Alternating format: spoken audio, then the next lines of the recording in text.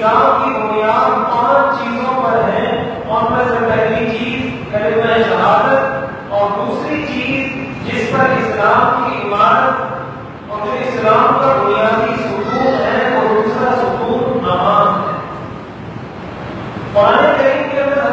اسماعیل علیہ السلام کا تذکرہ کرتے ہوئے اللہ تعالیٰ نے ارشاد فرمایا وَاذْكُرْ فِي الْكِتَابِ إِسْمَاعِيلَ إِنَّهُ كَانَ صَادِقَ الْوَعْدِ وَكَانَ رَسُولًا نَبِيًّا وَكَانَ يَأْمُرُ أَهْلَهُ بِالصَّلَاةِ وَالزَّكَاةِ کہ حضرت اسماعیل علیہ السلام وعدے کے بڑے سچے تھے اور ان کی ایک خوبی یہ تھی کہ وہ اپنے گھر والوں کو نماز کا حکم دیا کرتے تھے۔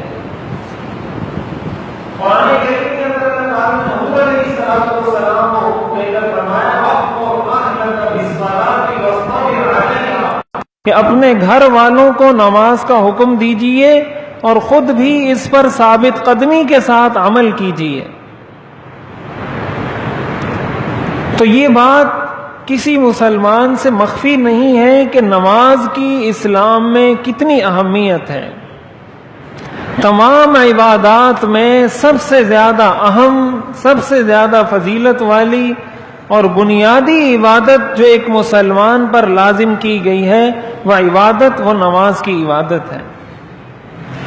قرآن کریم کے اندر اللہ تعالیٰ نے ارشاد فرمایا ان الصلاۃ تنہی عن الفحشاء والمنکر کہ نماز بے حیائی اور برے کاموں سے انسان کو روکتی ہے۔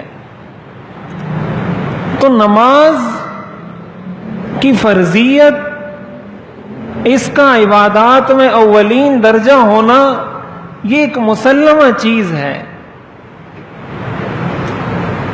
اور حضور علیہ السلام نے اور آپ کے صحابہ نے اس پر جتنے اہتمام سے عمل کیا ہے اس سے ہمیں اندازہ ہوتا ہے کہ اس کی کتنی اہمیت ہے۔ حضور علیہ السلام کے زمانے میں جو منافق ہوا کرتے تھے وہ بھی جماعت کی نماز، ایک تو نماز کا چھوڑنا ہے، ایک جماعت کا چھوڑنا ہے۔ آپ علیہ السلام کے زمانے کے منافقین جماعت کی نماز نہیں چھوڑتے تھے۔ نماز چھوڑنا تو بہت دور کی بات ہے، جماعت سے بھی غائب نہیں ہوتے تھے۔ جو شخص نماز سے غائب ہوتا تھا اس کے بارے میں لوگوں کو یقین ہو جاتا تھا کہ اگر یہ بلا عذر نماز سے پیچھے رہا ہے اس کا مطلب یہ مسلمان نہیں ہے۔ قرآن کریم کے اندر اللہ تعالیٰ نے منافقین کی کچھ صفات ذکر کی ہیں کہ منافق کیسے ہوتے ہیں۔ 5ویں پارے کی آخری آیات ہیں ان المنافقین یخادعون اللہ وہو خادعہم کہ منافق اللہ کو دھوکہ دینے کی کوشش کرتے ہیں حالانکہ در حقیقت وہ خود دھوکے میں ہیں۔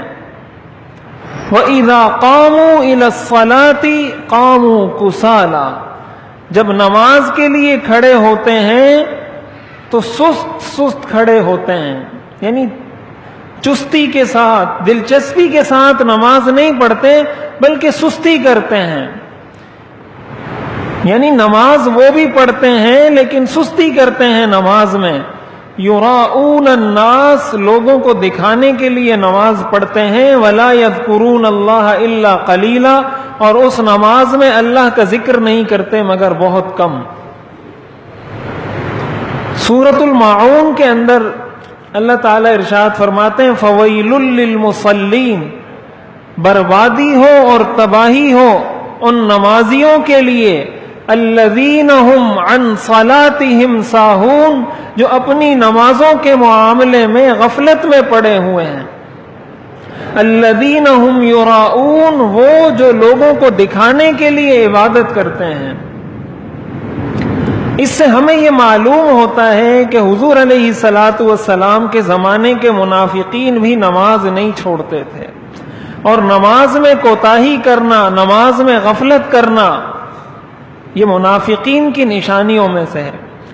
حضور علیہ السلام نے ارشاد فرمایا تلک صلاۃ المنافق، تلک صلاۃ المنافق، تلک صلاۃ المنافق 3 مرتبہ آپ نے فرمایا یہ منافق کی نماز ہے، اور پھر آگے آپ نے فرمایا یجلس یرقب الشمس حتی اذا کان بین قرنی الشیطان قام فنقر 4 لا يذكر اللہ فیہا الا قلیلا یہ منافق کی نماز ہے کہ وہ بیٹھا ہوا سورج کو دیکھتا رہتا ہے، یہاں تک کہ جب دیکھتا ہے کہ سورج بالکل غروب ہونے والا ہے تو کھڑا ہوتا ہے اور زمین پر 4 چونچے مارتا ہے اور اللہ کا اس میں ذکر نہیں کرتا مگر بہت تھوڑا.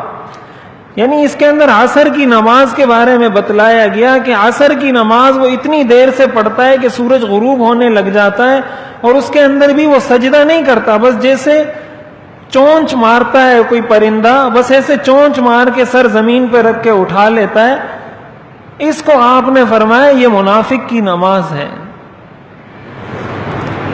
ہم اگر غور کریں اپنی زندگی پر, اپنے گھر کے اندر, اپنے معاشرے کے اندر, کہ یہ منافق کی نشانیوں میں سے بتلایا گیا کہ منافق آدمی نماز میں غفلت کرتا ہے, اس کی توجہ نماز میں نہیں ہوتی, اس کی توجہ نماز میں کسی اور طرف ہوتی ہے.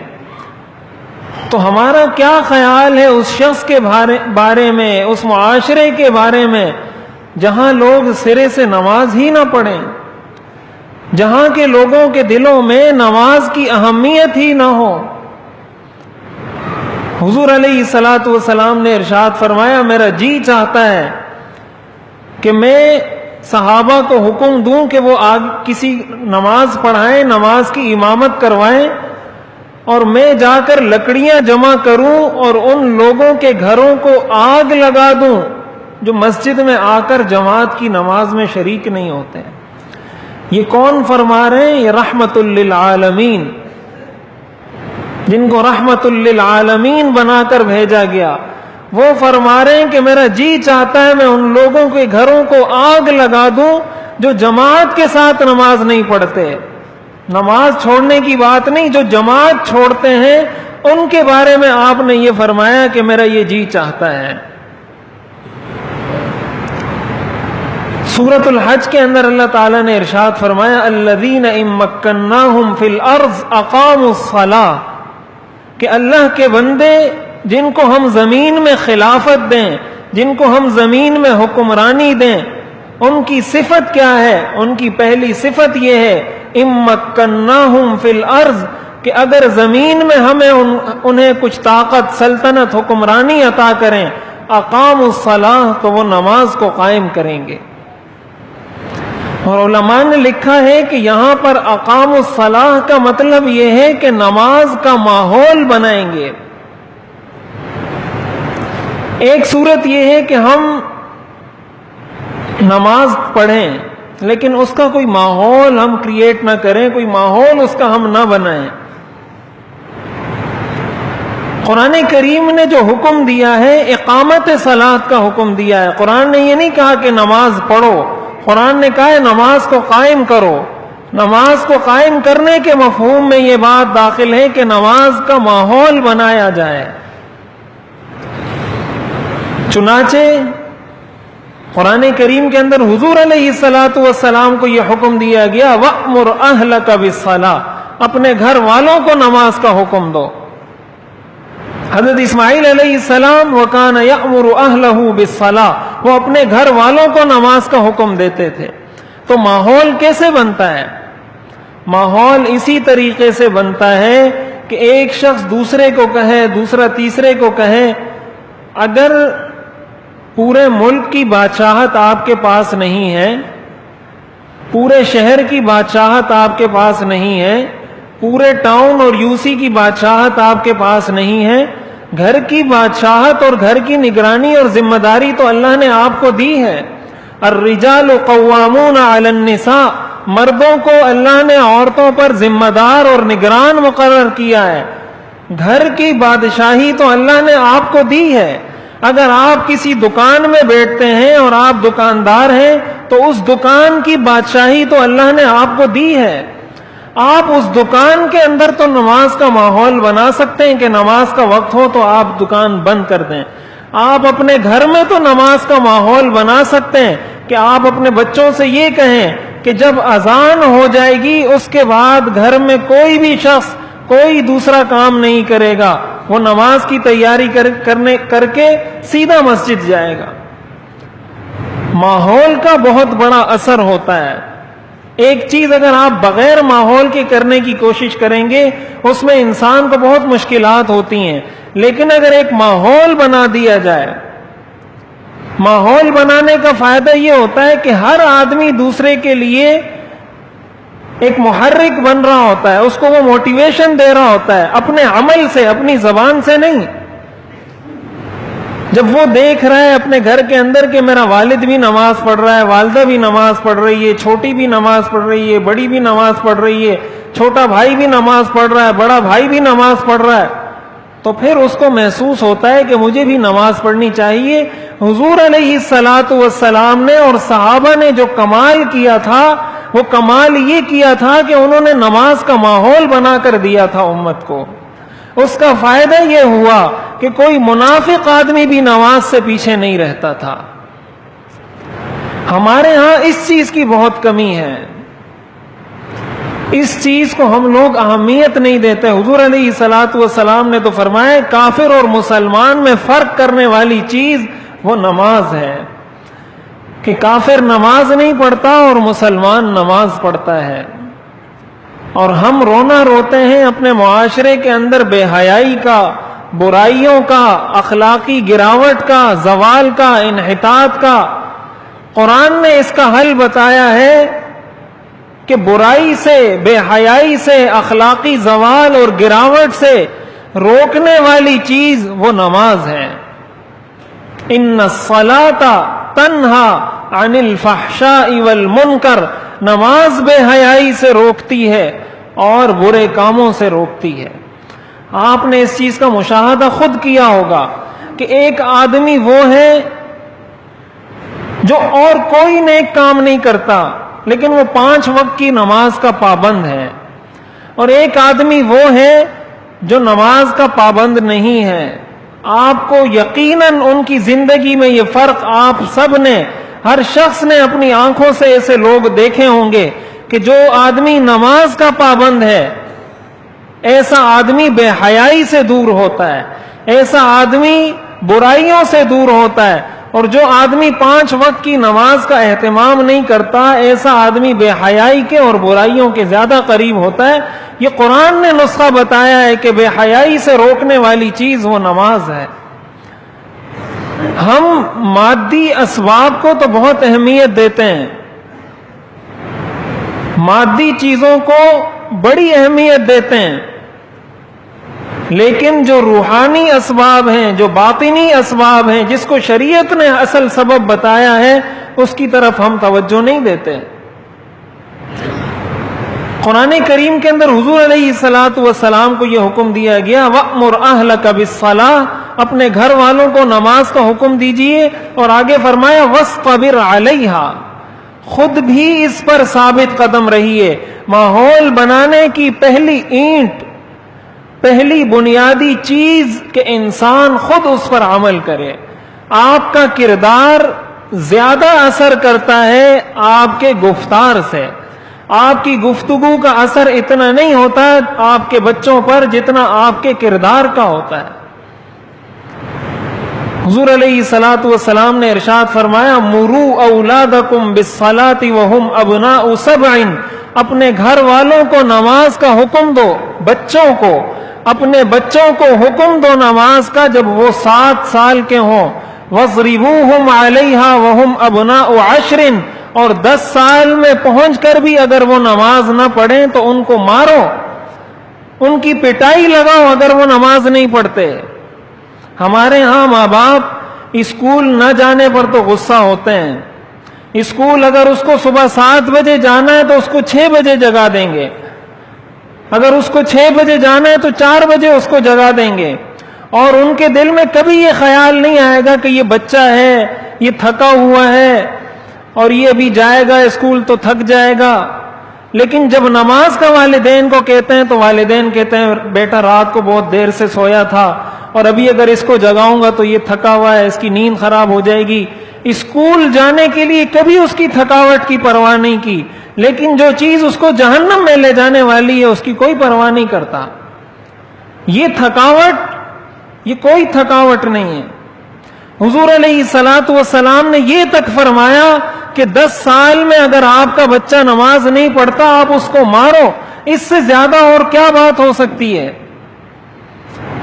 تو ہم باقی تو ہر بات پر اپنے بچوں کو روکتے ہیں، ٹوکتے ہیں، ڈانٹتے ہیں، پیٹتے ہیں، لیکن بہت کم والدین ایسے ہوں گے جو اپنی اولاد کو بچپن سے اس چیز کا اہتمام کروائیں اور کبھی ان کو اس بات پر بھی ڈانٹیں کہ تم نماز کیوں نہیں پڑھتے، تم مسجد نماز کے لیے کیوں نہیں جاتے۔ تو ایک تو انسان خود اس پر عمل کرے، اور دوسرا اپنے گھر والوں کو، اپنے بچوں کو حکم دے۔ اور اس کا مطلب یہ بھی نہیں، اس بات کی وضاحت میں بار بار کرتا ہوں کہ یہاں سے آپ نے بات سنی اور اب تک گھر والوں کو آپ نے نہیں کہا تھا، 20 سال ہو گئے، ابھی تک آپ نے کبھی ان کو نماز کا نہیں کہا، اور ابھی جا کر آپ لاٹھی اٹھا کر سب کو کہتے ہیں کہ تم سارے فاسق فاجر ہو، اور اگر نماز نہیں پڑھی تو میں تمہیں گھر سے نکال دوں گا، یہ کر دوں گا، وہ کر دوں گا۔ ایسی نصیحت کا بالکل بھی اثر نہیں ہوتا۔ یہ طریقہ ہرگز نہیں ہے شریعت کا۔ یہ غلطی آپ کی ہے کہ آپ کو 20 سال بعد ابھی ہوش آیا ہے کہ آپ اپنے گھر والوں کو کہہ رہے ہیں۔ اگر آپ کو 20 سال بعد ہوش آیا ہے تو اب نصیحت کے لیے کم از کم 20 سال انتظار کرنا پڑے گا آپ کو۔ طریقے سے، حکمت سے، تدبیر سے، ادعو الی سبیل ربک بالحکمہ والموعظۃ الحسنہ، اپنے رب کی دعوت، اپنے رب کے دین کی دعوت حکمت کے ساتھ، موعظہ حسنہ کے ساتھ، وجادلہم باللتی ہی احسن، اچھے طریقے کے ساتھ دی جائے۔ قرآن کریم میں حضرت موسیٰ اور حضرت ہارون علیہ السلام کو حکم دیا گیا کہ جب فرعون کے پاس جاؤ قولا لہ قولا لینا، کہ فرعون کے پاس جا کر نرم انداز سے بات کرنا۔ فرعون سے بڑا اللہ کا دشمن کوئی ہو نہیں سکتا، اور موسیٰ علیہ السلام سے بڑھ کر ہم میں سے کوئی بڑا مصلح ہو نہیں سکتا، کوئی بڑا آدمی نیک نہیں ہو سکتا۔ جب موسیٰ علیہ السلام جیسے نبی کو یہ کہا جا رہا ہے کہ فرعون جیسے اللہ کے دشمن کے سامنے نرمی سے بات کرنا، تو ہم اپنے بچوں کو ایک دم یا اپنے معاشرے کو ایک دم کیسے ٹھیک کرنے کی کوشش کرتے ہیں۔ اگر بچے کو آپ نے 7 سال سے حکم دیا ہوتا اور 7 سال سے مسلسل آپ کو کہتے رہتے اور 20 سال تک آپ کہتے رہے، اور 20ویں سال میں آ کے آپ غصہ کریں تو بات سمجھ میں آتی ہے، لیکن 20 سال تک تو آپ نے کبھی اس کو کہا نہیں، اور 20ویں سال کا پہلا دن شروع ہوا تو آپ نے ڈنڈا اٹھا کے اس کو مارنا شروع کر دیا، کبھی بھی نماز نہیں پڑھے گا بچہ، اور متنفر ہوگا دین سے۔ ہمارے ہاں جو لوگ دین کی طرف آتے ہیں وہ یہ بہت بڑی غلطی کرتے ہیں۔ تو گھر کے اندر ماحول بنایا جائے۔ اللہ نے آپ کو جہاں کی سلطنت دی ہے، آپ کی دکان ہے، آپ دکان تو بند کر سکتے ہیں، آپ کا گھر ہے، آپ اپنے گھر میں تو ماحول بنا سکتے ہیں، آپ کسی فیکٹری میں کام کرتے ہیں، آپ کسی فیکٹری میں تو ماحول بنا سکتے ہیں۔ اسی قطرے قطرے سے مل کر دریا بنتا ہے۔ اگر یہاں بیٹھے ہوئے آج سارے لوگ اس بات کا عزم کریں کہ ہم اپنے آپ کو مسلمان کہتے ہیں، حضور علیہ الصلوۃ والسلام نے تو فرمایا کہ جو آدمی نماز پڑھتا ہے لیکن سستی سے پڑھتا ہے اور غفلت سے پڑھتا ہے وہ منافق ہے۔ ہم اگر نماز ہی نہیں پڑھتے تو ہم اپنے آپ کو کس کیٹیگری میں لانے کی کوشش کریں گے؟ ہم اگر یہ عزم کریں کہ ہم اپنی دکانوں میں، اپنے گھروں میں، اپنی فیکٹریوں میں، اپنی ملازمت کی جگہوں میں، اپنے کاروبار میں نماز کا ماحول بنائیں گے تو آپ کو دیکھ کر ہو سکتا ہے بہت سارے اور لوگ نماز پڑھنے لگ جائیں۔ میں یہ سمجھتا ہوں کہ آج جتنے حضرات یہاں بیٹھے ہیں یا جو ہماری بات کو سن رہے ہیں وہ اس بات کا عزم کریں۔ یہ دنیا کی زندگی فانی ہے، کل من علیہا فان ویبقى وجہ ربک ذی الجلال والاکرام، ایک اللہ کی ذات نے باقی رہنا ہے۔ یہ اولاد بھی آپ کی یہاں رہ جائے گی، یہ آپ کی مستیاں بھی یہاں رہ جائیں گی، یہ آپ کے بنگلے، گاڑیاں، یہ سب کچھ یہاں رہ جائے گا۔ قبر میں کام آنے والی چیز یہی نیک اعمال ہیں۔ آپ نے فرمایا یتبع المیت ثلاثۃ فیرجع اثنان ویبقى واحد، کہ میت کے ساتھ 3 چیزیں جاتی ہیں، 2 واپس آ جاتی ہیں، ایک اس کے ساتھ قبر میں رہ جاتی ہے، اس کے رشتہ دار جاتے ہیں، اس کا مال جاتا ہے، وہ دونوں واپس آ جاتے ہیں، اس کا عمل اس کے ساتھ جاتا ہے اور وہ اس کے ساتھ باقی رہتا ہے۔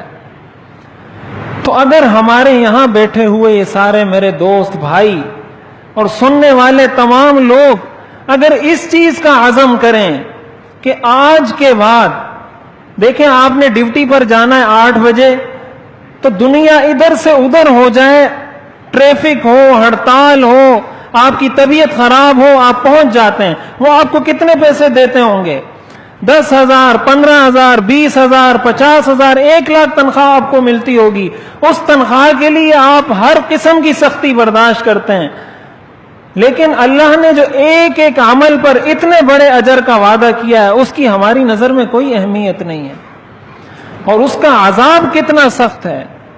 تو ہم اگر اس چیز کا عزم کریں، مجھے اس بات کا یقین ہے کہ آپ نے اگر اس چیز کا آغاز کیا، آپ کی یہ نیک نامی، آپ کی یہ نیک شہرت انشاءاللہ پوری دنیا کے مسلمانوں کے لیے نماز کا ماحول بنانے کا ایک ذریعہ اور سبب بنے گا، اور آپ تمام لوگوں کو ان سارے نماز پڑھنے والوں کا ثواب ملے گا جن کو آپ کی وجہ سے کچھ موٹیویشن حاصل ہوئی، آپ کی وجہ سے کچھ تحریک حاصل ہوئی، اور انہوں نے نمازوں کا اہتمام شروع کیا. یہ جو ہم نے دین کو بہت فرضی بنا لیا ہے کہ ہفتے میں ایک جمعے کی نماز پڑھی اور بس اپنے آپ کو کپڑے جھٹک کر مسجد سے نکل گئے، یہ اسلام نہیں ہے. اسلام اس مذہب کا نام نہیں ہے، اسلام 24 گھنٹے کا مذہب ہے. تو یہ میری آپ سے درخواست ہے، اپنے بچوں کو اس طرف لائیں. جب بڑے ہوتے ہیں، بوڑھے ہو جاتے ہیں، پھر وہ شکوہ کرتے ہیں، پھر وہ شکایت کرتے ہیں، پھر وہ روتے رہتے ہیں، سر پیٹتے رہتے ہیں. میرے بھائی اس کا کوئی فائدہ نہیں، اس کا نقصان ہی نقصان ہے. آج اگر انسان اپنی اہمیت کو اور کوتاہی کو سمجھ کر اس کی اصلاح کر لے تو کل اس کو رونا نہیں پڑے گا، ورنہ دنیا کے اندر بھی روتا رہے گا، اور قیامت کی ذلت تو مقدر ہی ایسے شخص کا. تو تمام حضرات اس کا اہتمام کریں کہ نماز کے اوقات میں جو دکاندار ہیں وہ دکانیں بند کریں، جو گھروں میں ہیں اپنے بچوں کو اس بات کا پابند بنا دیں کہ اذان کے بعد کوئی کام نہیں کرنا. بس اذان کے بعد اٹھیں، وضو کریں، نماز مسجد میں جائیں، 2 رکعت سنت نفل پڑھ کے اور نماز کا انتظار کریں. آپ اس کی خوشیاں، اس کی برکتیں، اس کی روحانیت، اس کی سعادت پوری زندگی میں محسوس کریں گے. اللہ تعالی ہمیں عمل کی توفیق عطا فرمائے. وما علیہ